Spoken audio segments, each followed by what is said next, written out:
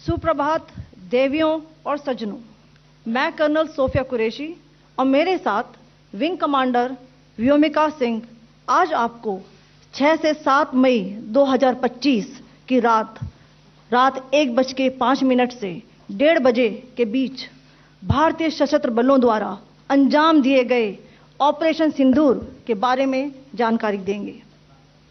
Operation सिंदूर 22 अप्रैल को पहलगाम में हुए विभत्स आतंकवादी हमले के शिकार मासूम नागरिकों व उनके परिवारों को न्याय देने के लिए लॉन्च किया गया था। इस कार्रवाई में 9 टेररिस्ट कैंप्स को टारगेट किया गया और पूरी तरह से इसे बर्बाद किया गया। पाकिस्तान में पिछले 3 दशकों से टेरर इंफ्रास्ट्रक्चर का निर्माण हो रहा है। इसमें recruitment, indoctrination centres, training areas व लॉन्च पैड शामिल थे, जो पाकिस्तान और पाक अधिकृत जम्मू कश्मीर POJK दोनों में फैले हैं।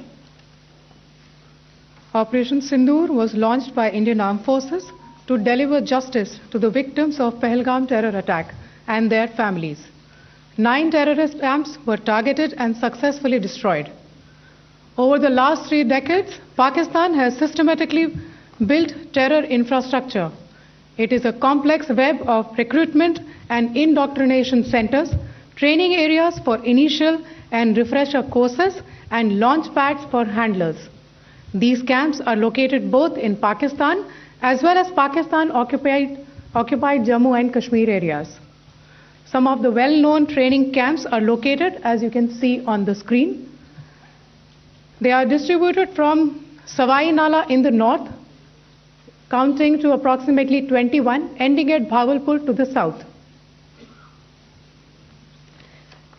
इन लक्ष्यों का चयन विश्वसनीय इंटेलिजेंस सूचनाओं के आधार पर हुआ ताकि आतंक गतिविधियों की रीढ़ तोड़ी जा सके, और यह खास ध्यान दिया गया कि निर्दोष नागरिकों और सिविलियन इंस्टॉलेशन को नुकसान न पहुंचे।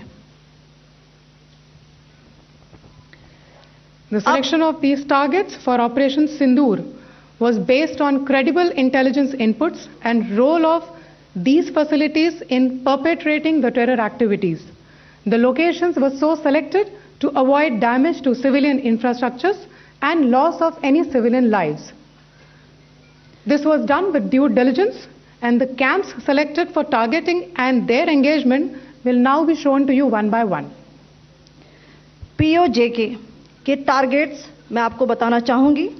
सबसे पहले सवाई नाला कैंप मुजफ्फराबाद, जो कि POJK के लाइन ऑफ कंट्रोल से 30 किलोमीटर दूर है।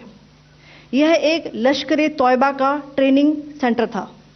20 अक्टूबर 2024 सोनमर्ग, 24 अक्टूबर 24 गुलमर्ग, 22 अप्रैल 2025 पहलगाम, इन हमलों के आतंकियों ने यहीं से प्रशिक्षण लिया था।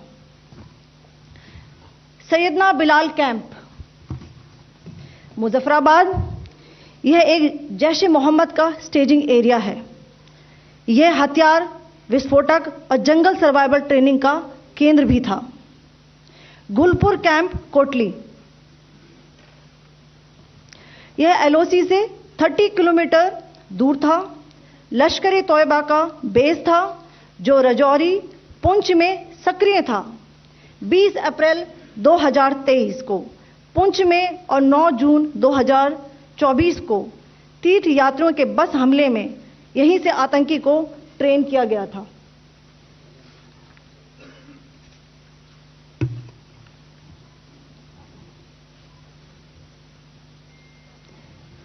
बरनाला कैंप बिंबर, यह LOC से 9 किलोमीटर दूर है।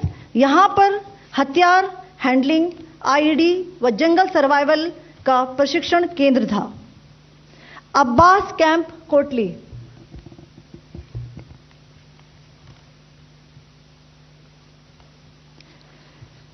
यह LOC से 13 किलोमीटर दूर है।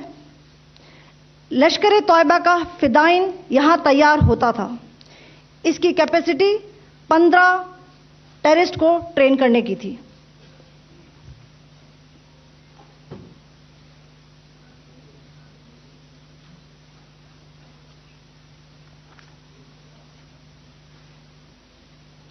अब मैं पाकिस्तान के अंदर के टारगेट से अवगत कराना चाहूंगी। पहला, सर्जिकल कैंप सियालकोट। यह अंतर्राष्ट्रीय सीमा से 6 किलोमीटर की दूरी पर है, सांबा कठुआ के सामने।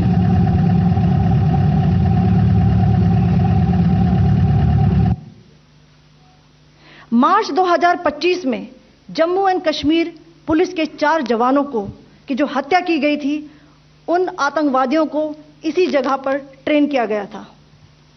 दूसरा, महमूना जाया कैंप सियालकोट। यह 18 से 12 किलोमीटर आईबी से दूर था। हिजबुल मुजाहिदीन का बहुत बड़ा कैंप था। यह कठुआ जम्मू क्षेत्र में आतंक फैलाने का नियंत्रण केंद्र था। पठानकोट एयरफोर्स बेस पर किया गया हमला भी इसी कैंप से प्लान और डायरेक्ट किया गया था। मरकज ताइबा मुरीद के,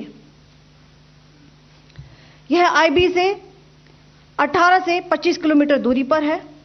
2008 के मुंबई हमले के आतंकी भी यहीं से प्रशिक्षित हुए थे।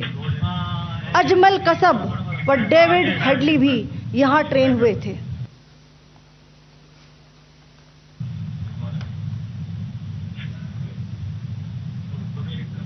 आगे दूसरा आया।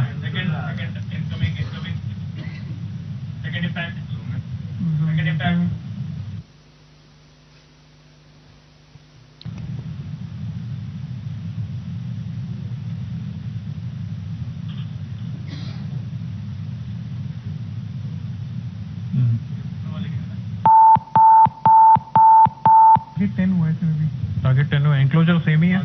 7 it is hit the target. हाँ हाँ।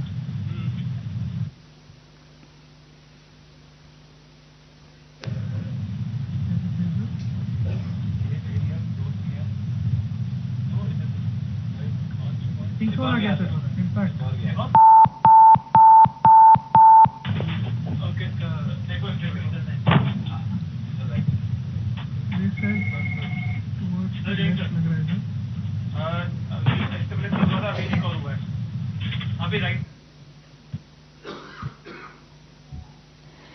मरकज सुभान अल्लाह भावलपुर, यह इंटरनेशनल बाउंड्री से 100 किलोमीटर दूर है।